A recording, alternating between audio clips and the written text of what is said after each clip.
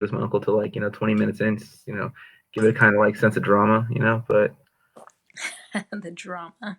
yeah, You yeah. love the drama. I'm just I kidding. do, I do.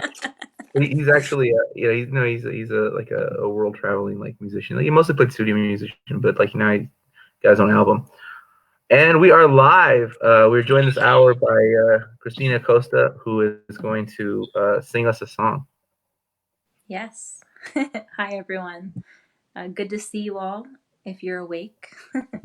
And if you're watching this later, then yeah, thanks for watching. So, what do you want me to sing, Matt? Whatever you want to sing. Whatever I want to sing. Okay.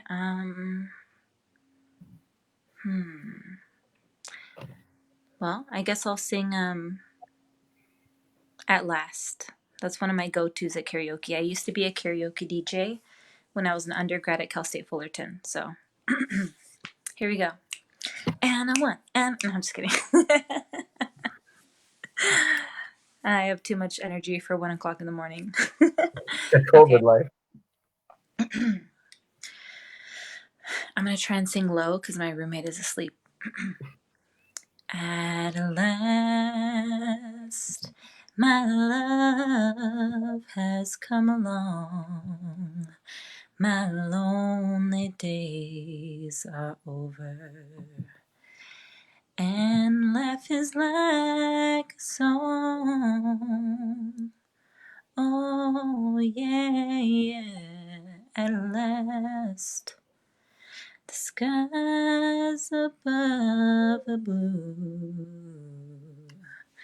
My heart was wrapped up in clovers. The night I looked at you, I found a dream that I could speak to. A dream that I can call my own. I found a thrill to press my cheek to, a thrill that I've never known. Oh yeah, yeah, you smiled, you smiled. Oh, and then the spell was cast, and here we are in heaven. For you are mine at last. All There you go. right, all right.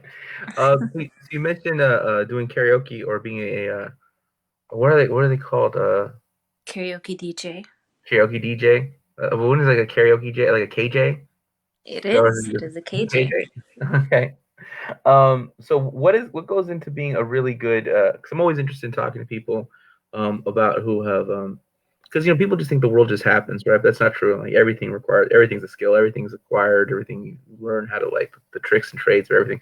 So what makes a good karaoke? What makes a good KJ? Ooh, that's a great question. Um, I'd say what makes a great KJ is caring about people and knowing people. So, anyone can introduce people and just be like, here's Joe. And he's going to sing, Don't Stop Believin' by Journey. Sounds like but something it Joe would do. but it takes someone who to be a good karaoke DJ, I'd say. It takes someone who has a dynamic personality, like can know what people are wanting. Like people are there not only to be around other people, but because they want to feel connected and good about themselves. They're trying to have fun. They're trying to feel validated in a way. So I'd say it takes someone who knows what people are looking for, so to speak, if Yeah, that makes sense. yeah. So I remember years ago I went to a karaoke. My own experience with karaoke is that it makes me nervous. And that one time I had one great shining moment of karaoke where I sang. I was in a bar, and bars typically like bars have age ranges that the people get, however it settles in, people get comfortable, right? So this was a bar that probably catered to people between in their 50s and 60s, right? So it was an older crowd there, and for whatever reason, I decided to sing Young MC Bust a Move, right? And everyone got up and they started dancing with each other, and I haven't done any karaoke since because it was such a highlight in my life. Um, the question I want to ask you actually is I actually went to karaoke one time with a friend of mine, the poet David A. Romero, and he started in the middle of his song. He kind of like forgot the lyrics, you couldn't read them, and he just began to promote his show. Now you as a KJ, would you have shut that down, or would you have just allowed him to promote his show? I would have allowed it. Yeah. Yeah, Yeah, I would why have not? allowed it.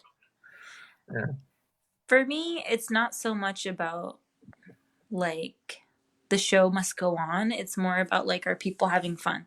So if he was feeling nervous, I would probably sense that and be like, all right, let him promote a show. It's like what, a yeah, minute, 30 seconds? Go for it. yeah, Yeah.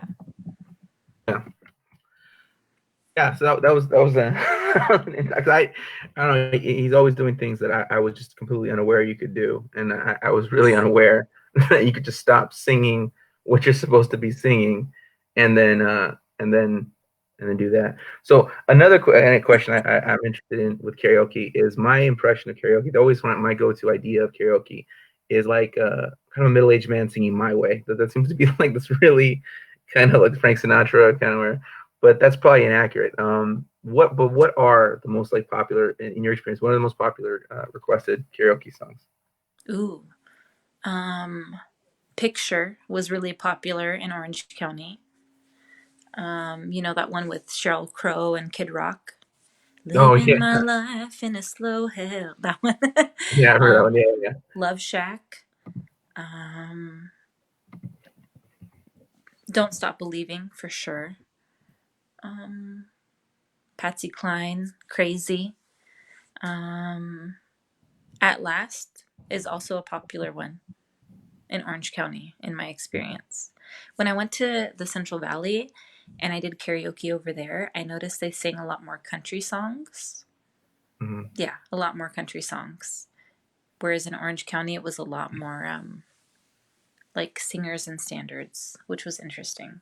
Singer standards and rock. yeah, yeah. So So you took your karaoke skills up to Merced when you were living up there? I did. I mean, I didn't, do it professionally, but I did it for fun. I've always loved singing, so it was kind of like a stress reliever in the midst of like grad school. Yeah, yeah. Well, I want to get to your educational journey in a minute, but you also write poetry. Can you share the poem with us? Sure. Yeah. You want me to share a poem? Yeah. Absolutely. I actually just shared a poem with a friend of mine right before I started talking to you. So here we go. Okay.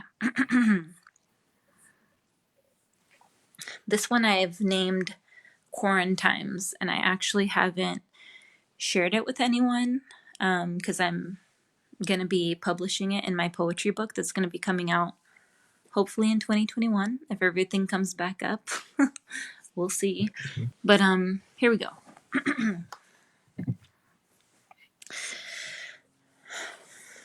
We've been kept away from our own imaginations, isolated from our creative genius, and now we have time. Time to write poetry, to sing songs, to play, to create. Allow me to write for you, otro yo. I'll breathe into the freeze and dream up a dance of words and rhythm. I'll tell you what you probably already know in your solitude. Life is beautiful. Our free time, deep thoughts are precious. We haven't been able to see how precious until now. This virus is threatening those who have been deemed rulers over the settler colonial system. I hope this radicalizes us, gives us the regenerative energy to rise up, eat the rich, fuck the police, abolish ICE in all prisons, free the children, free the people, free the ancestral knowledge. You're worth it, fam. Burn those thin blue lines. Say fuck white supremacy and love black and indigenous folks the most. Cherish women and femmes. Transibs to the front. Stop private property and share Pachamama's abundance. Give the spine off your back to someone without any. Hold your heart out to beat for the cowards without one. Maybe hearing yours will help them evolve or return to the cycle of ascension, up with the vibrations, down with the greed, control, and needless suffering. So there's one. That's great. We'll to the upcoming manuscript, and we'll talk more about that. And maybe first, I'd like to talk a little bit about your educational journey, which actually mirrors your life and times as a KJ, right? So you're in Orange County, then you're in Merced. So tell us a little bit about your time at Cal State Fullerton. Okay, well, before Cal State Fullerton, I was a transfer student from Fullerton College. So I actually started at the JC, and I was there for about 6 years before I transferred. And so getting into Cal State Fullerton and like starting there was like a whole new world, because starting at the JC, like I was just like a commuter student, like I'd go to school, I'd study, I'd do things, and then I'd go home, you know. But when I went to Cal State Fullerton, it was like I was more like involved in like the campus community. And so, I joined the Chicano Studies Student Alliance. What else did I do? I was a group facilitator for this discussion group called Para Mujeres, which was through the Women's Center. And yeah, I mean, I was part of Chicano Studies, and I had never studied Chicano Studies before Cal State Fullerton. Like before that, I had just been like a psychology major. And as a matter of fact, because of like the Chicano Studies Student Alliance, I decided to take on that second major. Whereas before I was just a psychology major. Like I was about to graduate. I had like one or two classes left and I could have graduated, but I decided to take on that second major because I loved Chicano studies that much. Like I was like, this is amazing. Like it blew everything out of the water. Like everything that I learned or that I thought I knew, I was like, wow, I don't know shit. Yeah. And so I ended up taking on a second major, and I stayed for like an extra year just so that I could finish that major. And I graduated with two bachelors, one in Chicano studies and one in psychology. So taking this class, was it kind of like an awakening? Like was it like much of your life began to make sense for the first time? Was it this sort of thing, or what was that like when you first really delved into Chicano studies? Yeah, so I think the first class that I ever took in Chicano studies was La Chicana, which was with Dr. Patricia Perez at Cal State Fullerton. I believe she's the chair now of the Chicano Studies Department. But I remember getting like A's and B's on like all of my papers. Math was like hit or miss for me, but with writing, I always got A's or B's. And then one of the first writing assignments that I got back from her was like a C or a D. And I was like, what the heck? Like, why did I get a C or a D? And like, I talked to her about it and I was like, wow, like, this is a much more difficult and like more critical class than like I've ever been exposed to before. Like, she wanted more from me.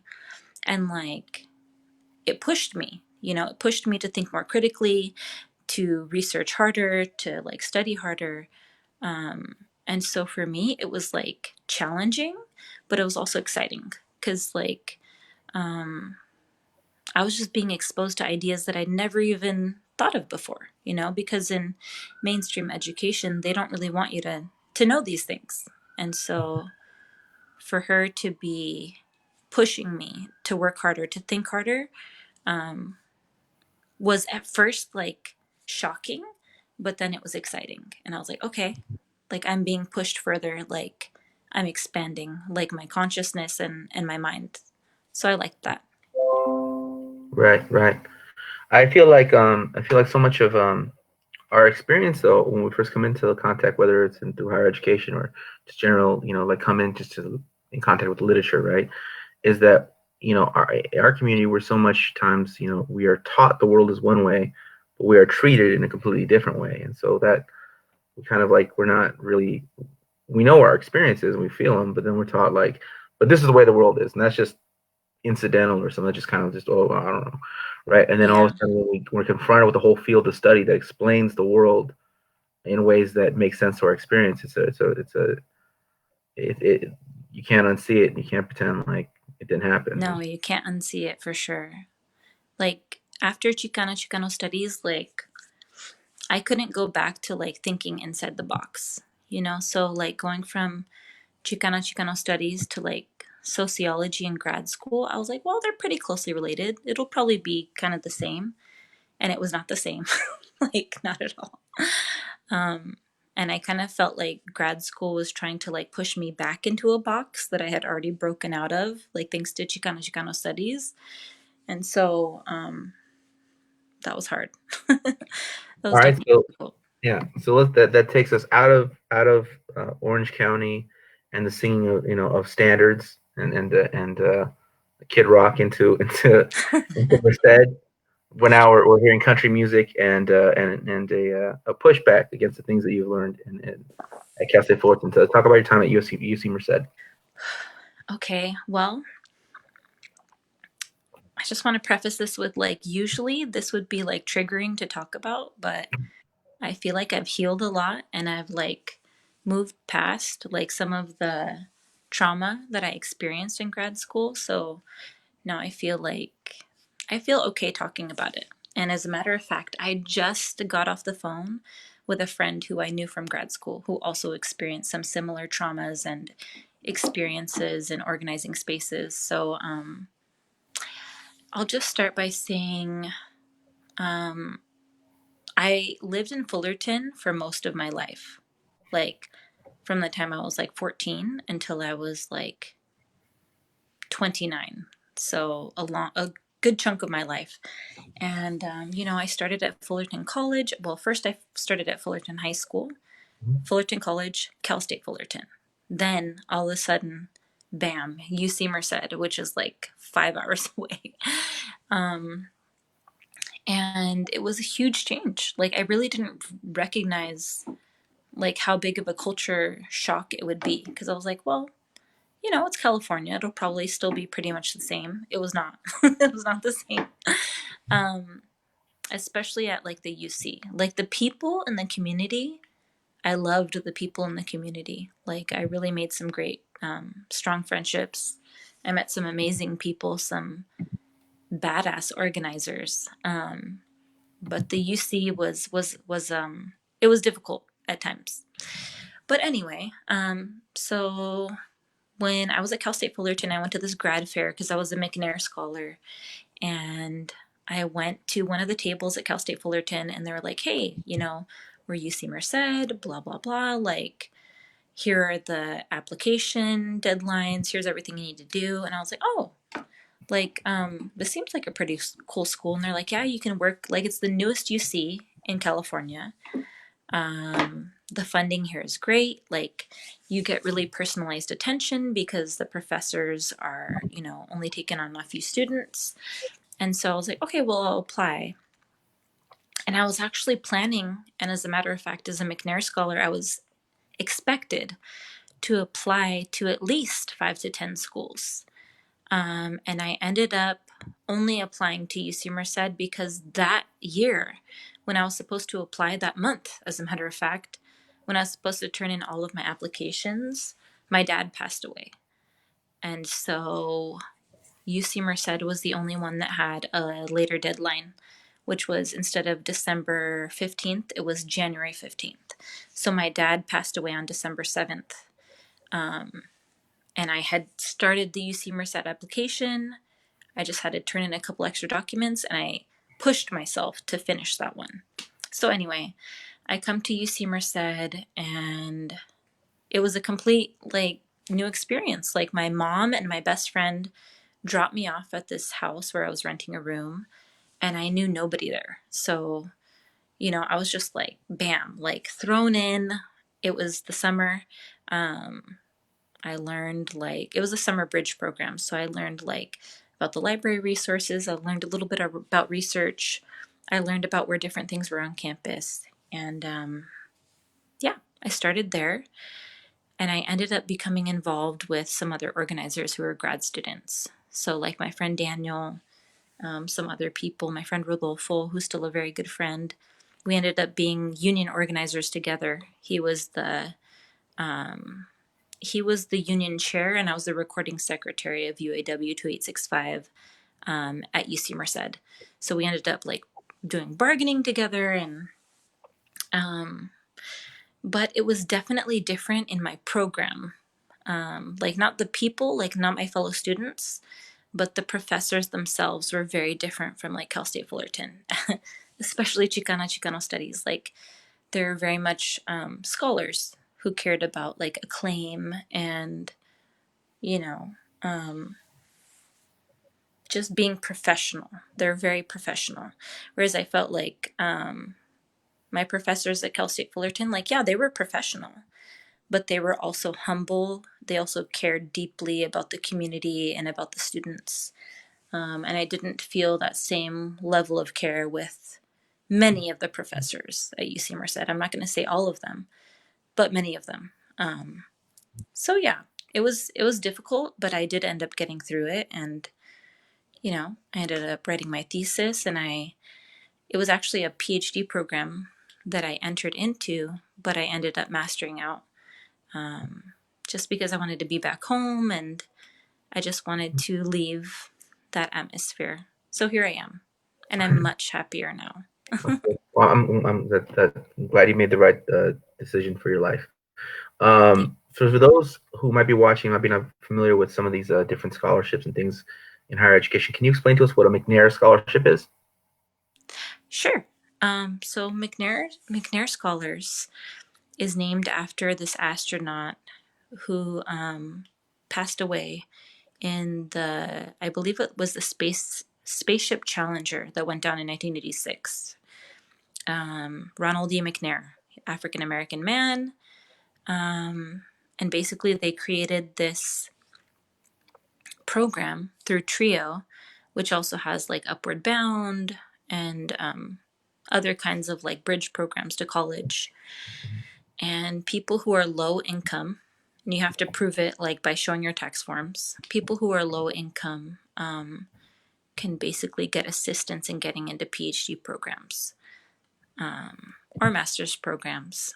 But mostly it's for people who are interested in PhD trajectories. So I remember the first time I went to the McNair Scholars office. It was like my first semester at Cal State Fullerton, and someone came into my statistics computer class, and they were like, "Hey, if you're interested in getting a PhD and you don't know how to do it, come to the McNair Scholars office." And I was like, "That's me. Like, I want to get a PhD." So I went up to the stairs, and I was just like, "I want to do this. Like, I don't know how I'm going to do it, but I want to do it."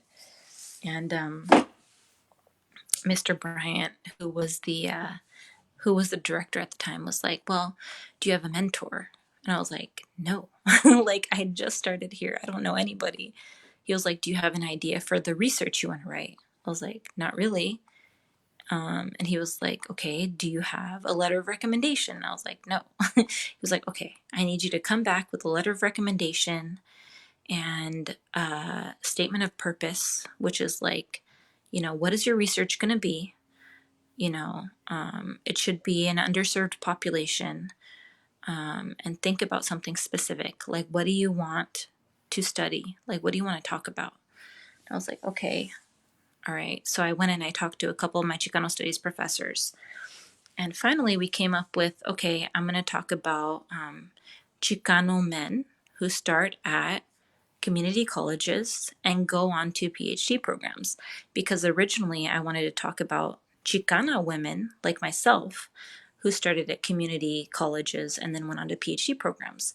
But one of my professors, my mentor, Dr. Malagon, she was like, "Well, someone's already written about that, and it's my colleague. One of my colleagues wrote about this.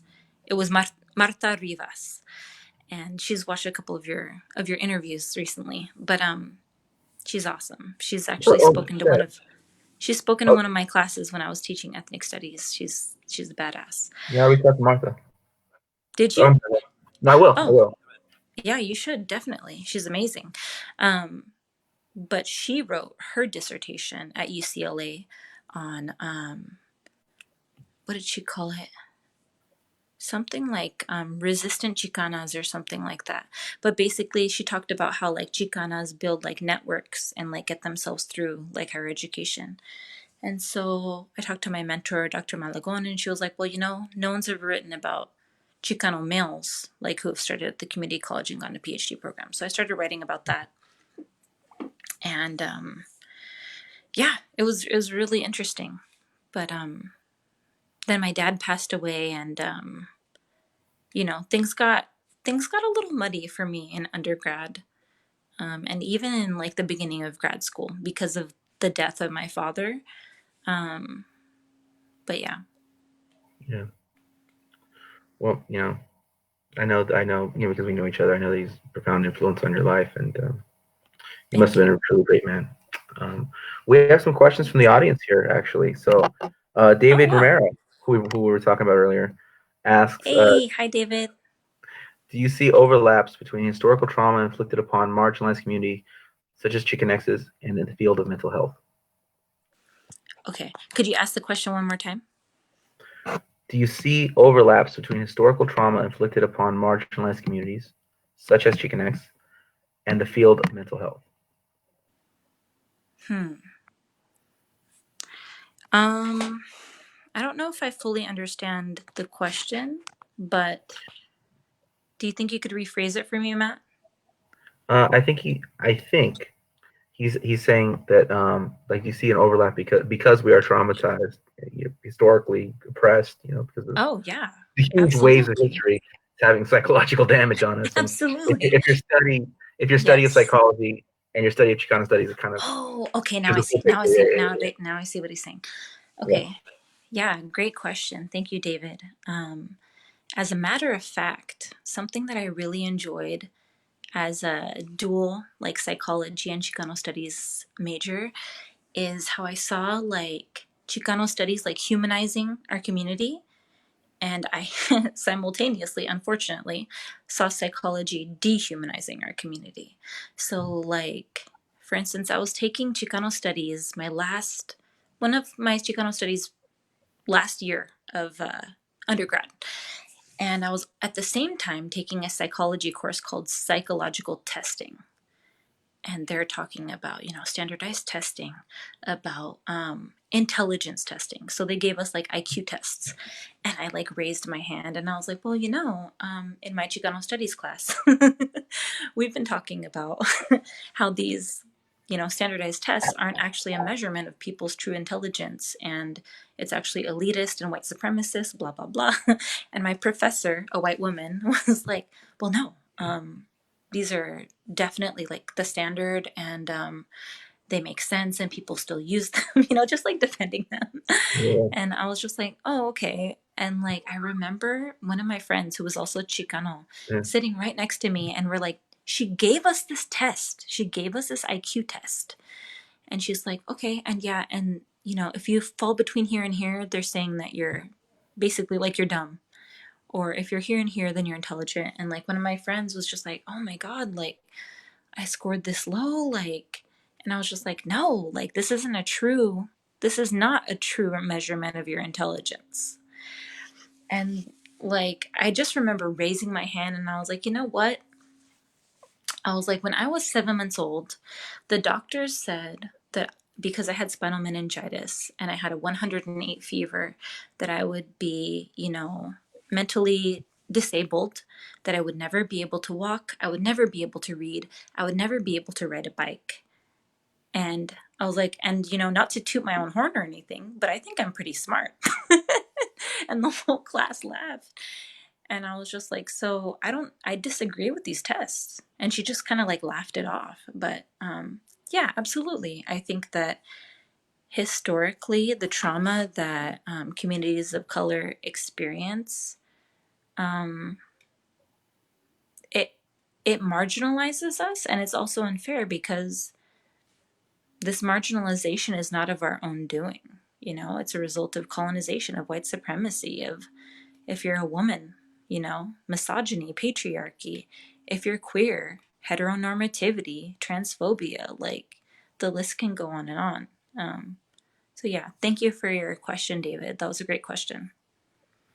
David has another question. He said, if you had to make a guess why the professors at USC said were so different, what might that be? Hmm. I think there's definitely a difference between people at R1s and Cal States and junior colleges. Like at the R1s, you are expected to continually pump out research, like pump, pump, pump, pump, pump. Like your value, your tenure, literally depends on you producing research. And they don't really care so much about how great your teaching evaluations are. They care more about, are you going to make us money by being an acclaimed author, by being an acclaimed academic? So yeah, I think that's a huge difference. Whereas at the Cal States, they care more about how you're doing as a teacher. How are your teaching evaluations? There's not so much of the pressure of publishing. Like, yeah, you should publish a little bit, but not as much. And then at the junior colleges, even less pressure is on publishing. It's more very heavy on teaching. Very, very heavy. Yeah. So I Yeah. think that has something to do with it. So both UC Merced and Cal State Fullerton are what are referred to as HSIs. Um, Hmm. Yet I've had a few conversations with a few different guests about this concept of the HSI, the Hispanic Serving Institute, and oftentimes it seems as though the funds that are supposedly designated that a school can now access aren't necessarily given in any kind of way to the Hmm. targeted communities. I mean, I know people don't like the word Hispanic, um, Hmm. but even so, whatever this group of people that this money's supposed to be for don't often see it. Can you talk a little bit about the HSI Yeah, absolutely. And as a matter of fact, I only learned about this as a grad student. I attended the Students of Color Conference as a graduate student, and they were talking about HSIs and about how the HSI designation is basically just a form of people of color being exploited for their labor and their bodies because universities who have HSI, Hispanic Serving Institution, accreditation or whatever you want to call it, they get money and they don't have to prove that they use that money to serve Hispanic students or students of color. They can put it basically wherever they want. So it could be first generation students, which don't necessarily have to be students of color at all. Um, so yeah, there's that. yeah.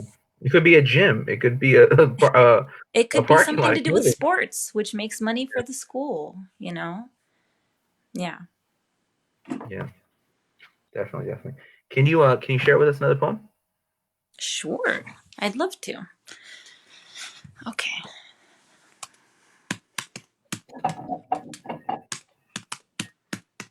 Okay. Let's see. Thank you for your poetry book, by the way. Oh, yeah.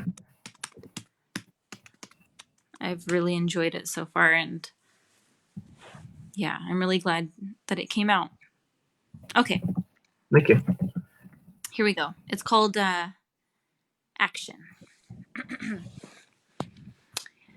When I'm feeling like this, I think about action. I know that when hopelessness creeps in, it's because I'm being complacent.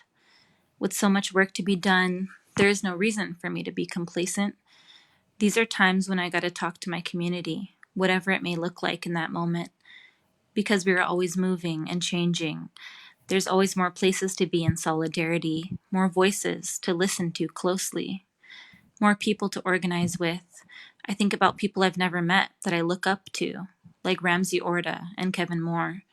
The acts they engaged in were so passive, yet met with so much violence. Filming police terrorism, Orta's in jail, now being terrorized by COs.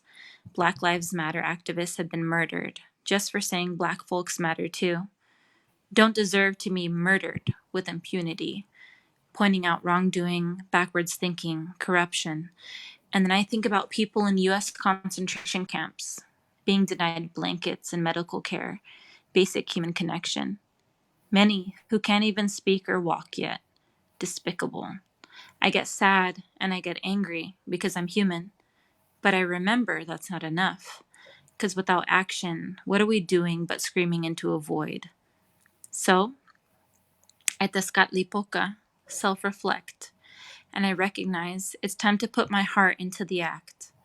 I want justice. I want freedom, and I cannot wait. My siblings cannot wait. I will die before I sell my soul to the despair that threatens to swallow us all up. I'm awake. I'm staying vigilant, strong, optimistic. So, if I should go on to the next life, I know it will be in honor and love and action. The end. Yeah. Okay, so you mentioned Ramsey Orta, and who was the other? Who was the other person? Kevin Moore. Kevin Moore. Can you tell our audience a little bit who these two individuals are? Kevin Moore and Ramsey Orta. Yeah. So,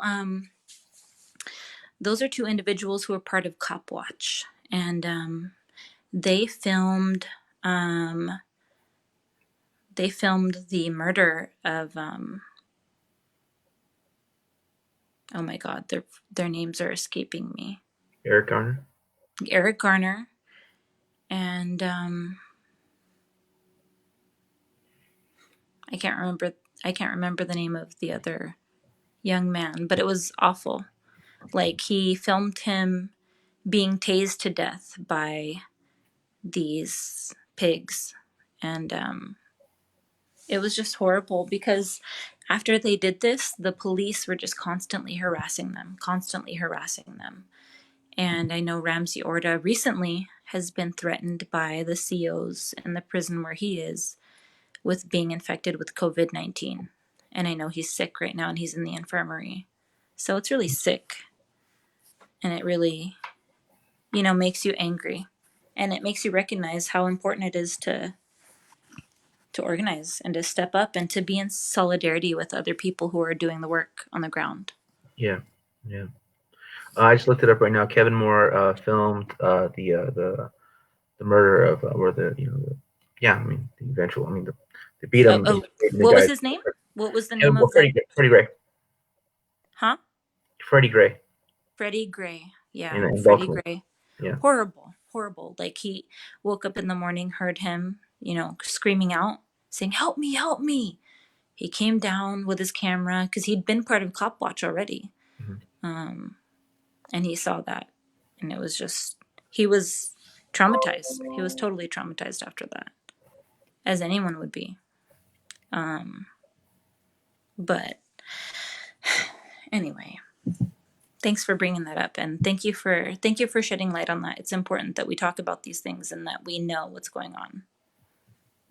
Yeah, I think it's really important to not just know generally speaking what's going on, but the actual individuals whose lives, people who've lost their lives, who they were, and also people whose lives continue to be destroyed by the state Absolutely. because they stood up for something. So it's important not to talk in generalities, but to speak about specifics and cases. Yeah, people have faces and names and histories and families and communities.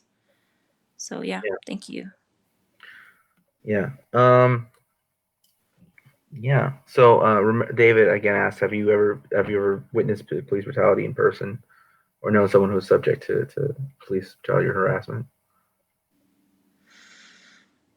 Um, I do know people who have experienced police harassment, and I've experienced negative experiences with police, but I don't really want to talk about it. Yeah, I say. That's okay. Yeah, no, that's fine. So, yeah, so we talked earlier about before we got into this topic about the HSIs and struggles. Can you speak a little bit to like the fact of the matter is that we are so grossly underrepresented in given our population. within like the PhD programs, within the master's programs, within these higher layers of higher education. Um, there's something Can you speak a little bit to like why is that? How do we explain that? How I mean, if we're collectively 17% of the population, we're only like 2% of people who are going to get PhDs. Well, what's going on here? Well, I think that a lot of us are pushed out of higher education because a lot of the texts that we're reading in mainstream graduate programs, aside from like cultural programs or ethnic studies, it's very white centric, it's very European centric, and it can be very dehumanizing for communities of color because a lot of, earlier scholars were writing about people of color like we were animals, anthropological or, um,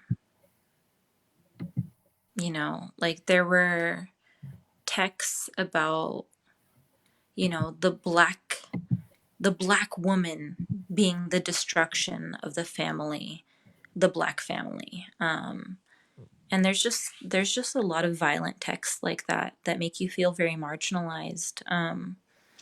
I know that as an Indigenous person myself, I felt marginalized, in particular in one session where one of my professors was talking about like decolonial scholarship, and I was actually really excited about this class because we were reading, it was a race class. And so we were talking about decolonization, we were talking about indigeneity. And the text that we read was excellent. It was Manolo. It was something by Manolo, but it was a decolonial text. And I remember coming in, like having read the text, I was really excited to talk about it and discuss it. And she was just like, well, do you think, she just kind of like came in dismissing the text. And she was like, well, do you think we need to think about this? Like, what does it matter if, she pretty much said, like, what does it matter if, Indigenous people are gone? Like, I was like, yeah. I was like, I think it's relevant because we're still here. And we're still on occupied land right now. Like, Yeah. my response, instead of like getting like support from my classmates, Mhm. it was like how dare you question the professor? Like, and how dare you come in with a critical lens? Like, people didn't want to talk to me in grad school because I questioned so much. Like, they were just like, whoa, we know this person's coming in like hot. And I'm just like, well, why aren't you?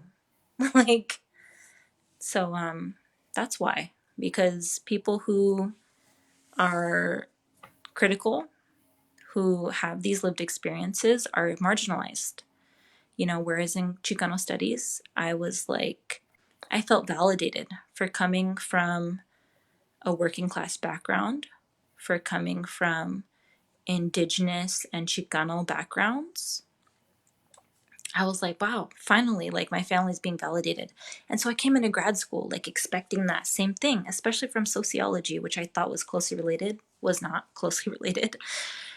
And instead, I'm just like, yeah, because I came from this background, and I'm not saying it to like make myself sound, uh, I don't know, impoverished or like don't feel like, I wasn't trying to get anyone to feel sorry for me. But they're like, oh yeah, because you grew up poor. And I'm like, that's not how I meant that to come across. Like, I have knowledge because of this. Not that like you should feel sorry for me, but I'm carrying a lot of knowledge that you don't carry because of my experiences. And I didn't get that from grad school like I did in Chicano studies as an undergrad. But I'm not going to say that all graduate programs are like that, because I'm sure that there are Chicano studies programs. I'm sure there are critical programs that, you know, um, are different, but I just did not experience that in grad school. So I ended up mastering out and I left my PhD program to move back home to Southern California. And I'm so much happier now, even in Yeah. the middle of COVID-19, like so much happier than I was in grad school. Yeah. So let's talk about your upcoming manuscript, your upcoming poetry manuscript. How long did it take you to put together? What's it about? Give us an idea. Okay. So, speaking of feeling so much better, my poetry book is all about healing and self love. So, a lot of my poems are focusing on me going within and really like getting in touch with my inner child and like just really like revisiting traumas in order to heal and just not push past them, but like grow with them and recognize that all of this is part of me and that I've become a really strong person. And I'm really proud of the person that I'm becoming. And I'm proud that I was able to leave these traumatic experiences behind and that I'm moving forward to something more meaningful. So that's what it's about. You don't have to reveal it, but is there, do you have a working title, or you want to keep that under wraps for now? I actually don't have a working title yet. So before COVID-19, I was planning on just having like maybe 15 poems put together in a zine because my roommate is an artist. She's a painter, she's a visual artist, and she was gonna put together like, images for each of my poems. But now we've decided to evolve that into a book. So I'm trying to create many more poems. We'll see what comes out. Yeah, that's very exciting. It's always it's always a very fortunate set of circumstances when you're able to collaborate with your friends. That's particularly on artistic projects. That's always a it's always a wonderful thing. I agree. Yeah. So, are you how are you, is there any you mentioned self-love, self-care. Are there any like ideas or advice that you'd like want to convey for people who are really feeling a lot of different things in this moment uh, of isolation? Ooh, about self love. Yeah. I'd say, be gentle with yourself. If you're not if you're not creating a poetry book, if you're not working out, if you're not doing these badass interviews like Matt Cedillo is with all of these incredible authors and filmmakers and musicians, that's okay. Like, do what's going to make you feel comforted because we're all going through a really traumatic experience right now with all of this. Some of us are frightened, some of us don't know what's coming next. So do what feels best to you and stay connected with other people. Know that you're not alone. You're still in community, even though we're distanced. And yeah, just just be true to who you are, your highest self. That's all I've got to say. And those are wonderful words. Thank you so much for joining us for this at well, 1:15 in the morning for this. But what is time? I mean, like time never was anything, and right now it's really nothing. So It's really nothing. for so many of us, thank you so much, Christina. And any plugs? Anything you want to like? We put the comments, put the plugs down below. Um, I do actually. Um, our friend Eric Etzley Mm, is raising money right now for artists who are impacted by COVID-19. So, Eric Etzley, as some of you may know, is an organizer in Bell, in the city of Bell, who has put together an artist relief fund. And as a matter of fact, it's a result of Alivio Open Mic, which is something that he created that came out of his garage. Um, and basically, he's asking for $10,000. He's already almost halfway through, and he's already given out like $2,000 or $3,000 to different artists who are asking for instant cash relief funds. So yeah, I will add the link below.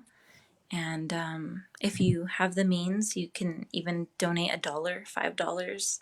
Anything helps. And yeah, let's support those artists and musicians and all these people who are keeping us sane during yeah, these quarantines. quarantine. Yes. I like that. I like the poem, and that was a really good way to close. But we are being asked another question by David Romero, which is a kind of an interesting question about collaborating with artists. So I think this is a kind of an interesting question, so we'll go with it. What's the process of working with your roommate like? Do they interpret your work in unexpected ways? Do they ask you for more information on the poems? Do you ever give them direction? Ooh, she does. She hasn't been creating a lot. She's been going through her own healing process on her own. But when I've written, she has asked me to expand on poems, or she's asked me, um, she actually helped me out like with thinking of themes for my poetry book. She's like, think about themes for like the different sections of your book. Like what, just come up with some keywords: grief, healing, community, you know, organizing. Like what is it that you want to have in each section? Um, and as far as like collaborating, like let me just show you this painting that she made for me. I'm gonna try and be quiet because I know she's asleep right now, but let me just show you this painting really quick. This painting she did for me of my dad. I don't know if you can see it. Oh yeah, yeah, yeah. I've Can you seen you. see that? Yeah, I've seen you use this as a Facebook a profile picture or a cover photo. Or yeah. Yeah. So, as a matter of fact, this altar right here, Mhm. Yvonne helped me create this. Okay. She's amazing. Yeah. She actually Yeah. helps me to refresh his altar all the time. You know, put coffee in here, or water, or gin, um, chocolate, peanuts, sage. It's my grandma, my grandpa, my uncle. Um, but yeah, I do collaborate with her. She's um she's a very intuitive and creative person, and she's also deeply empathic, and she's a medium. So there have been times when I'm talking to her or I'm talking to my dad. Like sometimes I'll be refreshing my dad's altar in the morning and I'll be like, "Good morning, Dad." And she'll be like, "He said good morning." Or I'll be like, I only have my mom's the only thing I have left. And she's like, "That's not true. Like your dad said that's not true." Like and so yeah. I collaborate with her in many ways, not just on like my poetry, but just just as a person. Like she's an incredible, wonderful person. I'm really fortunate to have her in my life. So thank you for that question, David. Well, thank you, Christina, for having joined us for this hour in this in this era of These COVID 20, quarantines. 20 times. Yeah. So I'm sure we'll see each other on the internet. Talk to you soon. Yeah, talk to you soon. Bye, Matt.